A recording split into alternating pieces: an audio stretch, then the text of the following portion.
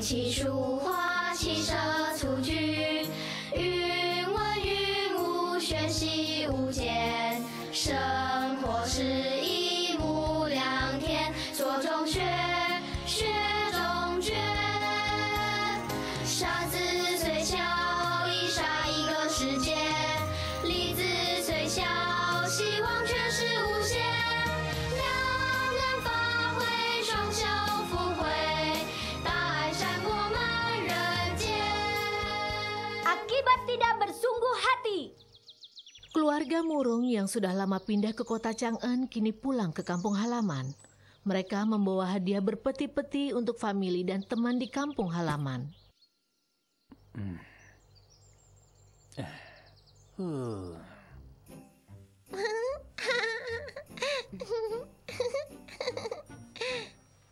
Ibu, aku dan Asi butuh peti untuk menaruh hadiah kami. Cari saja di sana. Jika ada yang kosong, ambil saja. Ibu sedang sibuk. Barang bawaan kita sudah banyak. Kurangi saja bawaannya. Kita kan sudah lama tidak pulang. Tentu saja aku harus membawa permainan baru untuk dibagi dengan teman-temanku ya. Juga masih banyak kejadian yang terjadi di sini. Aku mau menceritakan pada mereka semua ya. Teman dan famili di kampung halaman pasti bisa merasakan niat hati kalian. Paman Yuan, apa benar Paman tidak ingin pulang bersama kami? Paman sangat ingin, tapi Paman punya tanggung jawab, tidak bisa ikut. Iya, rumah kita ini harus ada yang menjaganya. Jika Paman Yuen juga ikut, siapa yang akan menjaga rumah kita ini? Kalau begitu, biar Paman Yuen saja yang pulang. Kamu jaga rumah saja ya. Enak saja, biar kakak menjaga rumah.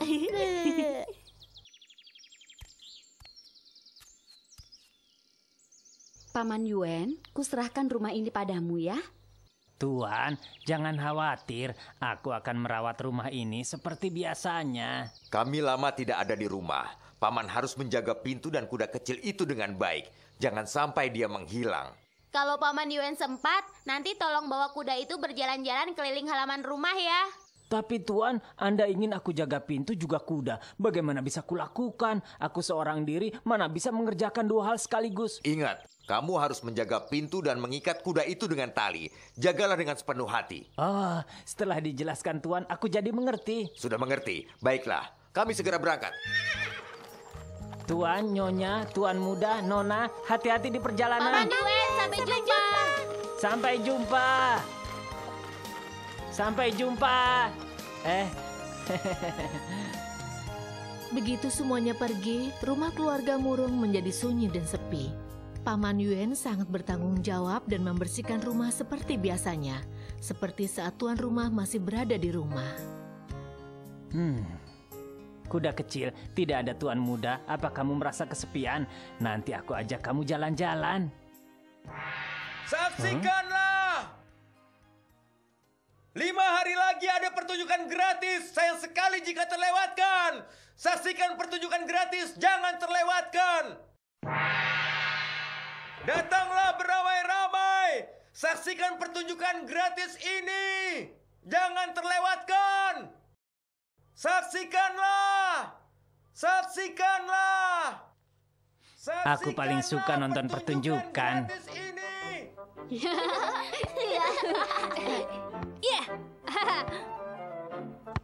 Tangkap dengan baik.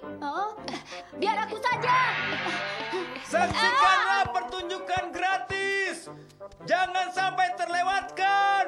Saksikanlah pertunjukan gratis. Jangan kalian sampai dengar tidak? terlewatkan. Kabarnya pertunjukan kali ini sangat bagus. Benarkah? Kalau begitu, kita nonton bersama ya. Aku pasti pergi, karena aku paling suka pergi menonton. Baiklah, ayo kita berjanji. Tapi sayang sekali, Afu dan Asi tidak ada. Mereka sudah pergi beberapa hari. Mungkin saja besok mereka sudah kembali. Sepertinya 2 hari lagi mereka akan kembali. Kamu juga mau pergi nonton?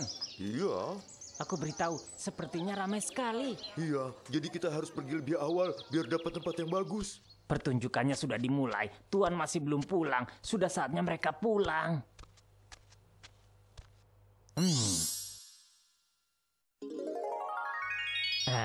Aku tahu. Aku terpikirkan akal yang sangat bagus. Sudah, aku sudah boleh pergi nonton pertunjukan. Hehe, kuda, aku mengajakmu pergi menonton.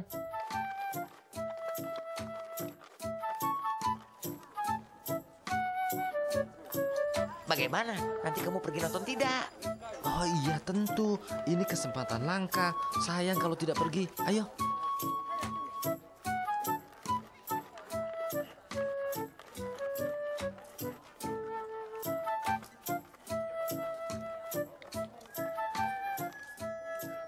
Paman Yuen, Paman juga nonton. Kudanya pun ikut nonton. Enak sekali ya. Paman Yuen, Afu dan Asi belum pulang ya? Kapan mereka akan pulang? Ya, seharusnya mereka sudah akan pulang, tapi masih belum tiba. Paman Yuen, kenapa kudanya membawa pintu gerbang keluar? Karena sebelum pergi, Tuan berpesan agar aku jaga pintu dan kuda dengan baik. Paman Yuen sangat bertanggung jawab ya. Tentu saja, makanya Paman Yuen bisa bekerja begitu lama di rumah keluarga Afu. Ini pekerjaanku, aku harus bertanggung jawab. Ini sudah kewajibanku. Wah, Iya benar, sudah main juga dari tadi. Pasti seru sekali ya. Sama saya. Suka pergi di sini. Sudah mau mulai. Ayo nonton. Akhirnya Paman Yuen bisa menyaksikan pertunjukan kesukaannya. Tapi beliau yang penuh tanggung jawab tidak melupakan tugasnya. Mata beliau tertuju pada pertunjukan. Sepasang tangannya memegang erat tali kuda. Tidak disangka, saat beliau sedang asyik menonton, di keluarga Murung juga ada pertunjukan yang lain.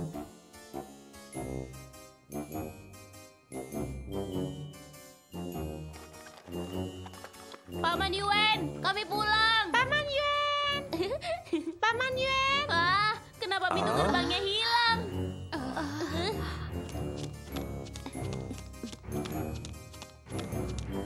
Paman Yuen! Paman Yuen!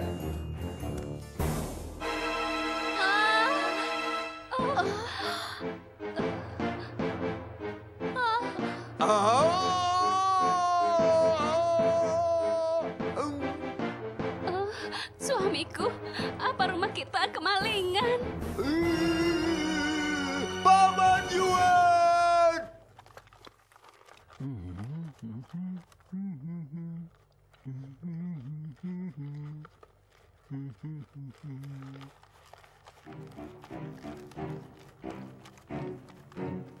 Kalian sudah pulang. Untung Paman Yuen tidak dibawa pergi oleh pencurinya. Ada pencuri yang masuk ke rumah.